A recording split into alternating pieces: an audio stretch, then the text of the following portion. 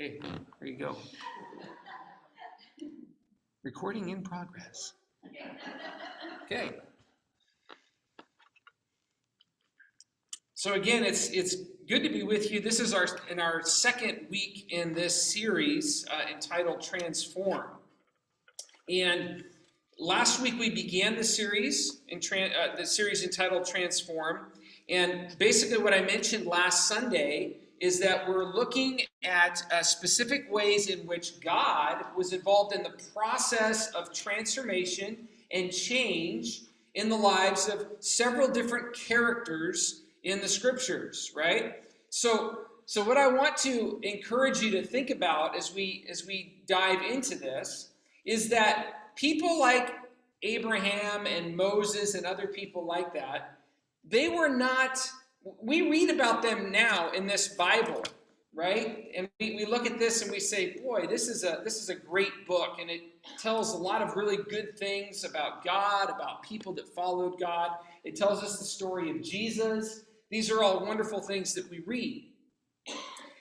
But what we have to realize is that the people that are on the pages of these stories, they were not anything special.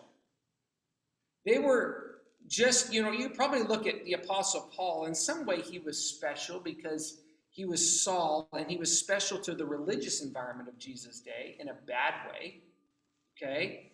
But in general, these were folks that were just normal individuals that God called. They were people like you and I. There was nothing overtly special about them except for the fact that God saw something in them that he could work with.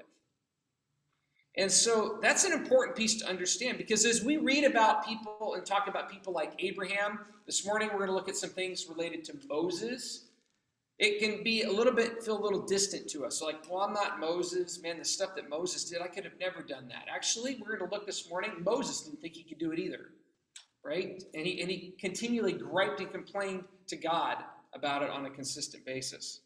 So we're going to jump into that this morning. But we want to be people that are transformed. We want to experience transformation. And what we saw last week with Abraham was that God allows change into our lives. And I mentioned this last week, that sometimes he doesn't just allow change into our lives, but a lot of times God initiates change with us. And that we also looked at the fact that change will not always have an immediate benefit. Remember what we talked about last week, that a lot of Abram's change was for the benefit of the succeeding generations. So a lot of the actions and the faith and the trust that he had to demonstrate in his life, he wasn't going to even actually benefit a ton from that. It was going to be the generations of people beyond him. And in that place, we look at we gain encouragement from Abraham's faith and trust, that he had faith and trust in God regardless of how soon he would be able to experience the tangible benefits of that change and that transformation that God was doing. And so overall, in Abraham's story, God used change to transform him in his old age. Remember, he was 75 years old. This didn't happen to a 25-year-old man. 25 plus 50, right? 75 years old. And he was in this place of going through change. And so God transitioned him from being a man who was used to relying on himself to learning to develop a deep trust and faith in the goodness of God. And so this morning, I'd like us to look at the story of Moses as another example of how God uses change to transform people. And so I'd like us to consider the changes that Moses went through. Actually, pretty much all of Moses' life is characterized by change. All of his life. This guy experienced change constantly. So the first change, take a look at this picture. It's hard to find really good artwork on the web, but I did my best, okay?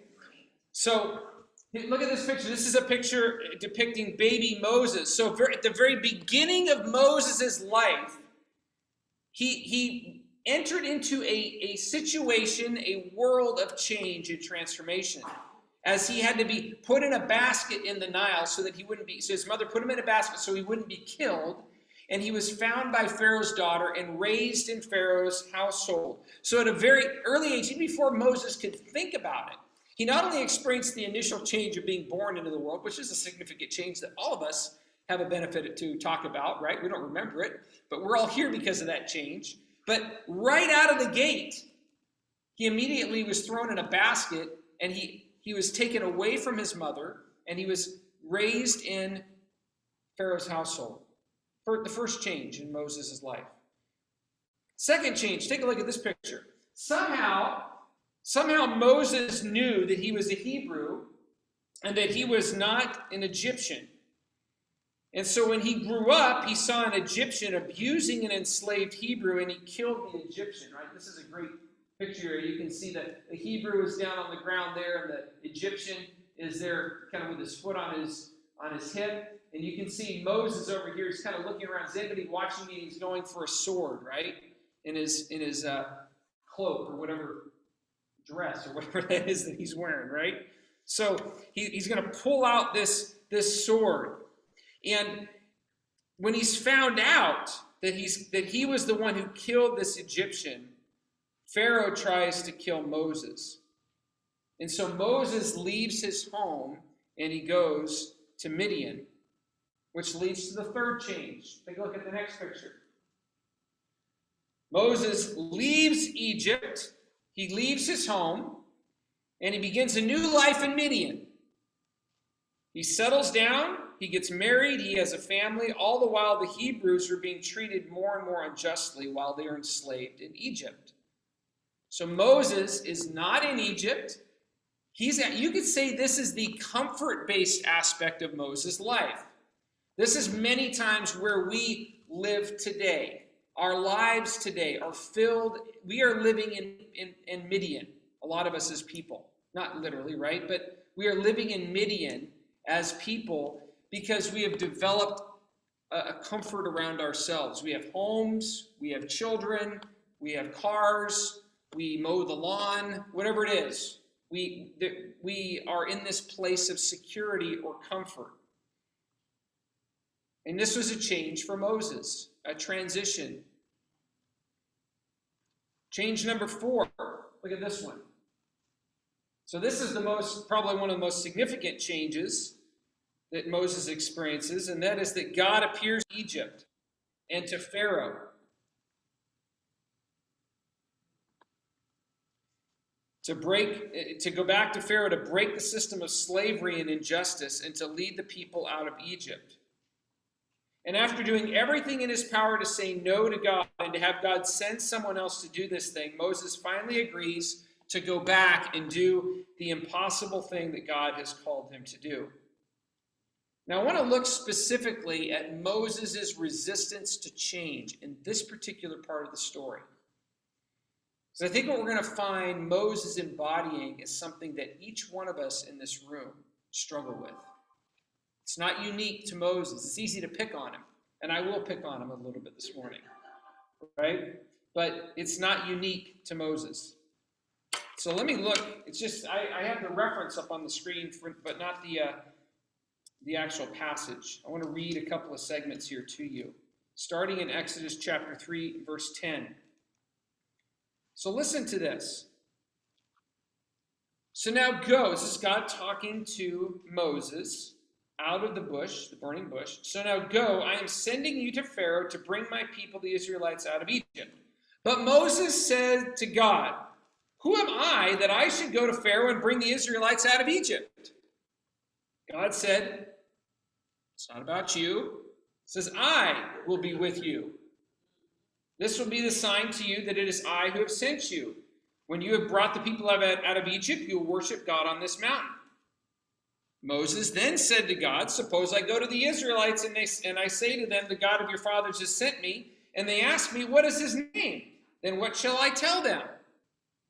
God said to Moses, I could spend a whole sermon talking about this I am passage, but I'm not.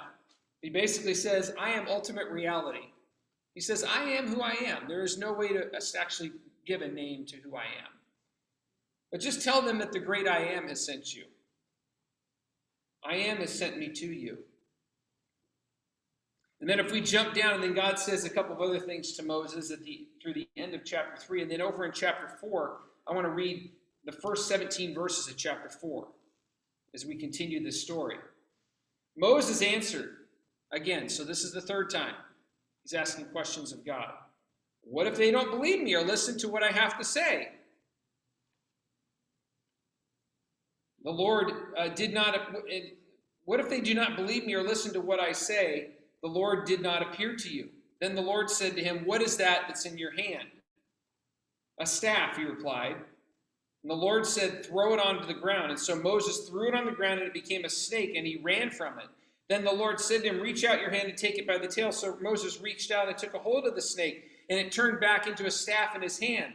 This, said the Lord, is so that they may believe that the Lord, the God of their fathers, the God of Abraham, the God of Isaac, the God of Jacob, has appeared to you. Then the Lord said to Moses, put your hand inside your cloak. Moses put his hand into his cloak, and when he took it out, his skin was white with leprosy. It had become as white as snow. Now God said to Moses, put your hand back into your cloak. And so he put his hand back into his cloak, and when he took it out again, it was restored like the rest of his flesh. The leprosy was gone. Then the Lord said, if they do not believe you or pay attention to the first sign with the snake and the staff, do this deal with your leprous hand, right? Then they'll pay attention to you. But if they don't believe either of these two signs or listen to you, take some water from the Nile and pour it on the dry ground. The water that you take from the Nile will become blood on the ground. Moses said to the Lord, pardon your servant, Lord. I have never been eloquent, neither in the past nor since you have spoken to your servant. I am slow of speech and tongue. The Lord said to him, Who gave human beings their mouths? Who makes them deaf or mute? Who gives them sight or makes them blind? Is it not I, the Lord? Now go, I will help you speak and will teach you what to say. But Moses said, here, let's get to it. This is what Moses has been wanting to say since the start of this whole conversation. Pardon your servant, Lord, but please just send someone else. Then the Lord's anger burned against Moses, and he said, what about your brother Aaron the Levite? I know he can speak well. He is already on his way to meet you, and he will be glad to see you. You shall speak to him and put the words in his mouth. I will help both of you speak and will teach you what to do. He will speak to the people for you, and it will be as if he were your mouth and as if you were God to him. But take the staff in your hand so that you can perform the signs I told you about with it. So 5 times in this passage, 5 times, 5 different segments where Moses questions God. Sometimes he does it really directly. Sometimes he does it a roundabout. Well, what should I say? Who's sending me? How am I going to gain any credibility with these people? He's afraid. Moses is afraid. It's easy to be hard on Moses. But if we put ourselves in his shoes, we probably would have done a lot of questioning ourselves. Put yourself in that situation. Could you imagine Egypt was a powerhouse. There's a bounty on your head. How many of us will just wantonly, I'm an American, I'm going to travel to another terrorist-run country because I know that when I get off the plane, I'm probably going to get executed. I'm going to just go do that. Sounds like a great vacation, right? Really. This is what Moses was being asked to do. We're not unlike Moses. We too question, we resist, we ignore, we dismiss the call of God on our lives. But it's important to note that God knows best, and this change that he was calling Moses to would bring about life for Moses and others. But Moses doesn't see it at the time. But I just labored there for a moment because I want to let it sink in how resistant Moses was to God's change in his life.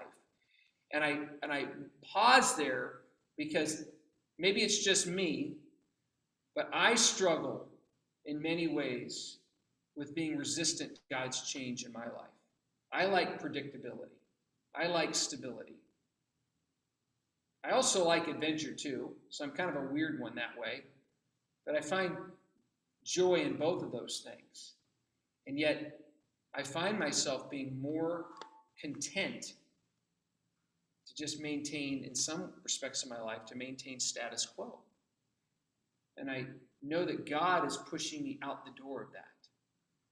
God is wanting to transform me and change me in ways beyond that are beyond what I can see today. So anyway, focus there just for a moment on that change aspect with Moses, how he resisted change. Ask yourself, how similar are you in spirit to Moses? Look at this fifth change that Moses dealt with. This next picture. So Moses eventually goes to Pharaoh multiple times, asking for Pharaoh to release the Hebrews as God commanded him to do. So he responded and he went. God told him to go. He took Aaron with him. They went to Pharaoh. Talk about how fearful that journey must have been, entering into the city limits of whatever the city was there that they went into in Egypt. He goes and he talks to Pharaoh, and this only makes things worse for the Hebrews. And Pharaoh oppresses them even more. That's a bummer. Now the time has come for God to do what he has been planning to do. He plans to rescue the people and begins this process by inflicting a series of plagues on Egypt, which will force Pharaoh's hand to listen to Moses and let the Hebrews go. This works and the people are set free.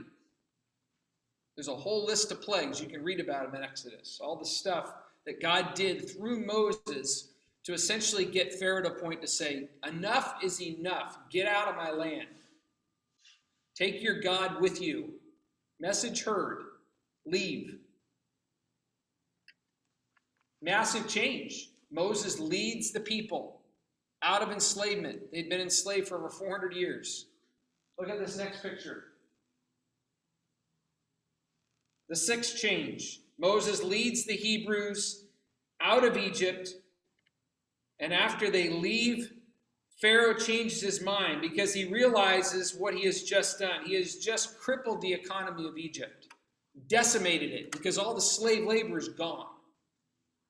What did I just do? My pocketbook is going to hurt. And then he pursues the Israelites with the intent of either bringing them back to Egypt as slaves again or to kill them. We don't know exactly which of the two he's trying to do. Maybe more like, if I can't have them, no one's going to have them. The Egyptians pursue the Hebrews and eventually catch up to them as they're camped on the edge of the Red Sea. There is great fear at this point and great doubt. The people complain against Moses, wondering why they had been brought into the desert to die. Why didn't we just get killed and executed in Egypt? Why would God bring us out here into the desert to die of not only hunger and thirst, but now to have Pharaoh's army trampling down our backs? We're at the edge of the sea. We have nowhere to go. We can go forward and drown in the water, or we can get slaughtered by Pharaoh's army, or we can be taken enslaved back to Egypt. And it's going to be, by the way, worse than it was the second time that Pharaoh made it worse on us. It's going to become 3 times as hard as it had been prior to this whole thing starting. Think about what they're feeling. It's easy for us to talk about it as a story today, but these are real people dealing with real life, hard stuff. And it's at this point that all the changes that Moses has experienced in his life lead to a great transformation for Moses. Let's look at what happens between God and Moses and what Moses does. Look at this scripture. I'm going to read it, show a couple of passages here with you. Moses answered the people, "Do not be afraid. Stand firm and you will see the deliverance the Lord will bring you today. The Egyptians you see today, you will never see again. The Lord will fight for you. You only need to be still. Raise your staff and stretch out your hand over the sea to divide the water so that the Israelites can go through the sea on dry ground." Then Moses stretched out his hand over the sea, and all that night the Lord drove back the sea with a strong east wind and turned it into dry land. The waters were divided, and the Israelites went through the sea on dry ground, with a wall of water on their right and on their left. And that day the Lord saved Israel from the hand of the Egyptians, and Israel saw the Egyptians lying dead on the shore. And when the Israelites saw the mighty hand of the Lord displayed against the Egyptians, the people feared the Lord and put their trust in him, the Lord, and in Moses, his servant. How did Moses get like this? Get this picture. Moses just told the people, don't be afraid. Watch what God is going to do. Is this the same dude? Is this the same guy? Yes and no. Moses has been transformed through the change that God has brought him through. It's the same guy that resisted 5 times. I'm going to read a little quote to you from, there's this book called Falling Upward by Richard Rohr that I read a long time ago, and I've started to read it again this past week. And there's a great line in here I wanted to share with you that I underline. Says, man, this applies to our sermon today. He says here, we all want and need various certitudes, constants, insurance policies at every stage of life. But we have to be careful, or they totally take over and become all-controlling needs, keeping us from further growth. Thus, the most common one-liner in the Bible is, do not be afraid. In fact, someone counted and found it occurs 365 times. Why would that phrase show up so often in the scriptures? For no reason. There has to be something going on that causes the phrase to be spoken. When the angel appeared to Mary and said, do not be afraid, it was based on the assumption that God knew that the circumstance that was presented to her, the change that she was going to experience, was something that would naturally provoke fear within her. You are going to become the mother of Jesus, the Son of God. Okay, that's scary enough as it is, let alone the physical and societal ostracization that would mean for her. That she would be looked at as a loose woman because she wasn't married. So she's been sleeping around with some other guy, and she's gotten herself pregnant. That's going to be her reputation. Think about it. She's a religious, righteous young woman who's probably been a great Jew her whole life, a great Israelite her whole life. She's worshipped. She's followed the Torah. And now, because of what's happening to her, she's going to have a target painted on her. That's an example, right? God knew that the change that he was calling for was going to provoke a response of fear. And so God said, do not be afraid. As we've said before, change and transformation are essential for life to exist. The more Moses waded into the change that God laid out for him, the more that he trusted God's direction, the more he developed the eyes to see as God saw. The more he walked in faith and trusted in the goodness of God and was obedient to the change that God had for him, the more his heart became more aligned to God's heart. The more he was able to grow in the confidence of God's goodness and God's power.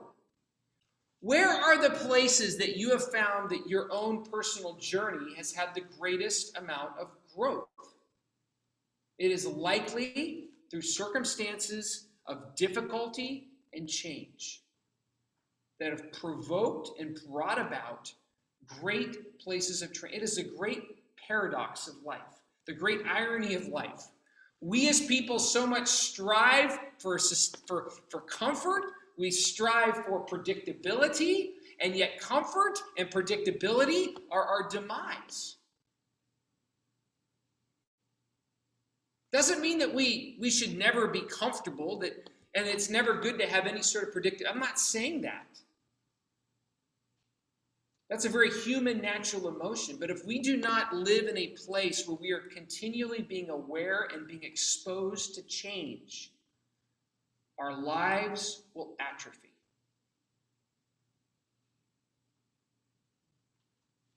And I will say this, and I will go there, because I've been in lots of churches who don't get this. I've been a part of lots of churches that don't get this. Churches are macrocosms of the microcosms of people, right? Because the church is people. And you bring a collection of people together that don't see the value and the importance of thinking beyond what is, it leads to death. And we have churches all over this country that have proven that point. I don't want our body to be a statistic. And I hope that you and I, that we don't want that as well. We want to see the effects of the work of the Holy Spirit in our lives and through our community, this body that has an impact well beyond the times that any of us are sitting in these seats.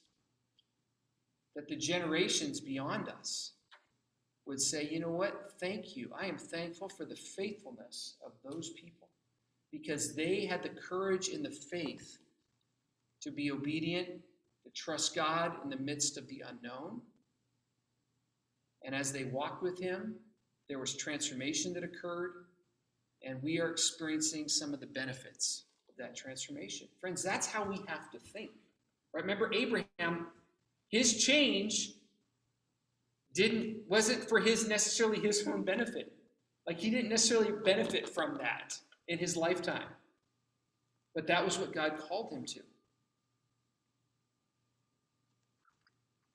Moses, going back to Moses, I put this in caps in my notes, so I guess it was really important. So I want to make sure I read it word for word, okay?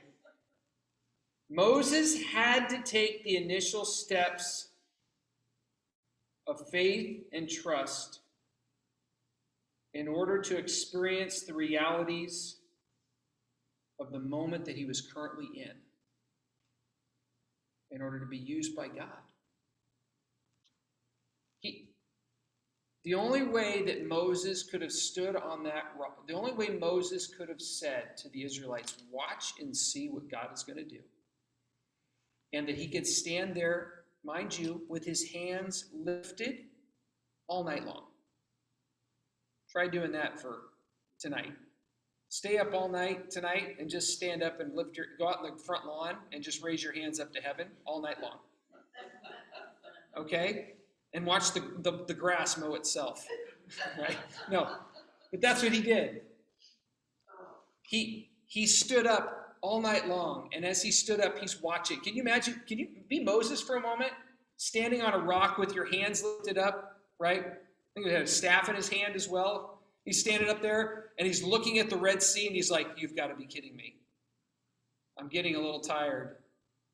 Why are the waters coming back? Oh, keep him up. Right? And he's continuing to see this crazy, unnatural, supernatural phenomena occur. He had to go through the 6 stages of change. He had to go through the fighting, the arguing.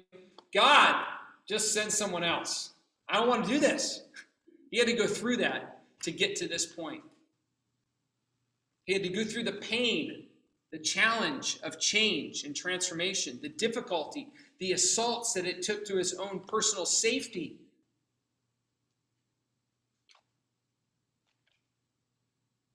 When we consider the changes that we are working through in our own personal lives, and even for us as a church, there's significant changes. We all deal with significant changes here. For ourselves, for our church, life in general, we've just come through this crazy season of change, right? But they're pretty small in comparison to the changes that Moses experienced and the people of Israel experienced in this period of time. And look at what Moses gained through the process and the transformation that God brought into his life through that change. And so as I close this morning, I want to share with you 3, I'm really not just starting my sermon, this is the end, it really is. 3 specific ways that Moses was transformed by God through the changes that he experienced in his life. And then it's not going to be on the screen because I came up with these after I put this PowerPoint together, so I apologize for that. But how was Moses specifically transformed by God through the changes he experienced in his life? First, Moses moved, get this, his transformation, his change did this. Moses moved from fear, God sends someone else, fear, to fearlessness and boldness. This dude pestered Pharaoh constantly, every time putting his life in jeopardy. Right? Think about that. Transformation, God's change and transformation moved Moses from a life of fear, and believe me, he lived a life of fear, to being this whole different person who was fearless and bold. Not because he was some special dude, some superhero, but because God took control of his transformation.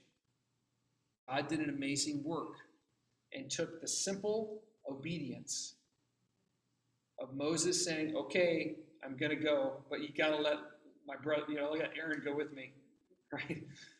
Right? The second way that Moses was specifically transformed was that Moses moved from comfort. He was content to be in Midian, right? Living in Midian, we're happy there, to a life of tremendous faith and trust. We just talked about it. Watch and see what God's going to do in holding up his hands. He moved from comfort and stability and safety to a life of tremendous faith and trust that we look at today and go, what in the world? And I guarantee you, Moses looks back and says, I don't know how I did that. If not for the grace of God. And then finally, Moses was transformed by God as he was able to find his identity in God, which moved him to live in freedom. This is a significant point. God transformed Moses to help him find his identity in God and to learn to live in freedom in that identity. Consider Moses, right? He was born an Israelite. He was raised in Egypt. How many times did he ask the question, who in the world am I? Who am I? You ever ask yourself that question? Who am I really? Who am I? And God tells him, basically, you are mine. You have nothing to fear. You are my beloved. You find your identity in what I say about you. Not about what you do, not your occupation, not your past sins, not your future sins. You find your identity in your belovedness as my child. Your acceptedness as my child. And if you keep a surrendered and an open heart to me, watch and see what I will do. That's encouraging. That is hopeful. And so for Moses, change was the catalyst for transformation. He had to go through the changes to experience the transformation. And that transformation was the catalyst for Moses learning to life of deepening faith and trust.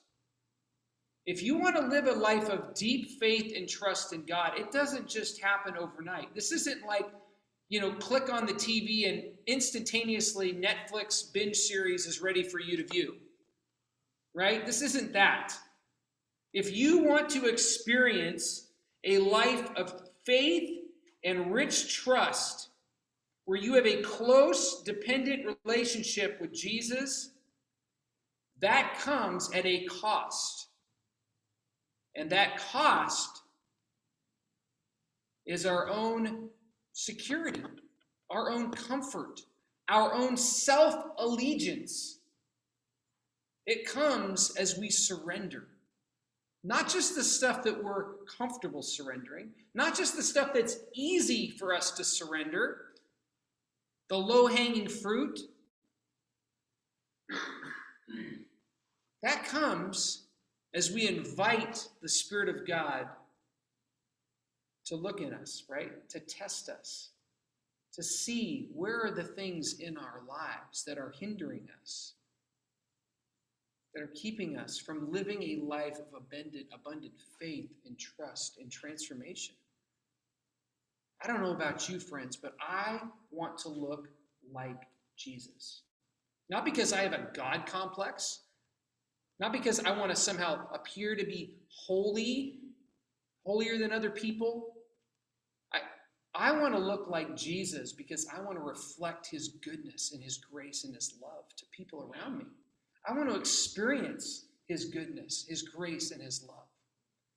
That's how I've been created. That's how you were created. You were created by God to reflect the image of his Son. Do you realize that? That's how God created you. You are my beloved child.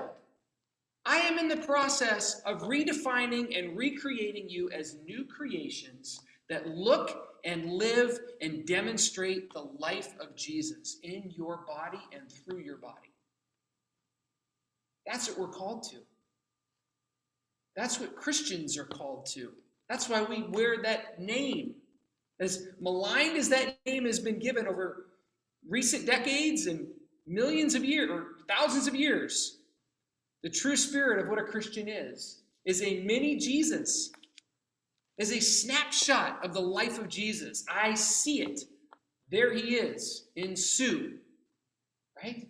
I see it. There it is in Frank. I see Jesus in Roy. I can see that development. I see a snapshot, a picture of the image of God as that image was related and exposed to me in the life of Jesus.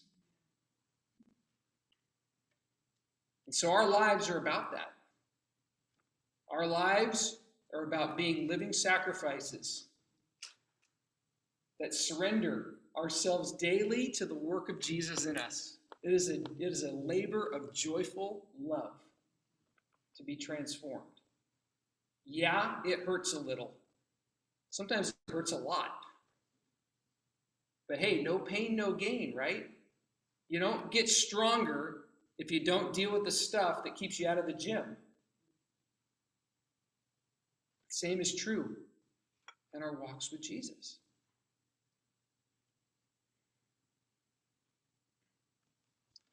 Jesus, we thank you and we praise you for this day. We thank you for the life of Moses. Thank you that we get to read about his story, that we get to have a picture into his experiences. Thank you for the ways that you transformed him and worked in him in some powerful ways, the ways in which he went from fear to fearlessness and boldness and moved from comfort to a life of extreme faith and trust, and how he's able to find his identity in you. He no longer had to be defined as this like quasi-Egyptian Israelite person. Didn't really know where he was from. But how you just said, I know you, you've been called by name. You are mine. You belong to me. Thank you, Jesus, that we belong to you. And so we, in this moment, we do ask that your Spirit would do your work of transformation in us. Would you keep us from being afraid of change and transformation in our lives, for our church, whatever those things may be? We don't know all of the answers.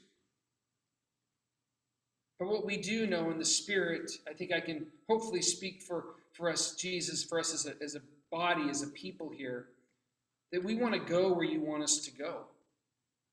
We want to do what you'd want us to do. And as you show us the way, would you give us the faith to step out and courage to take those steps, even when it could be really uncomfortable for us or fearful? Because we know that if we have you with us, we don't need to be afraid. We can walk with you. You'll guide us like a loving, caring father and mother, gently caring for their children through their lives. Thank you for that. Thank you for this time together. In Jesus' name, amen. Okay. Well, we're going to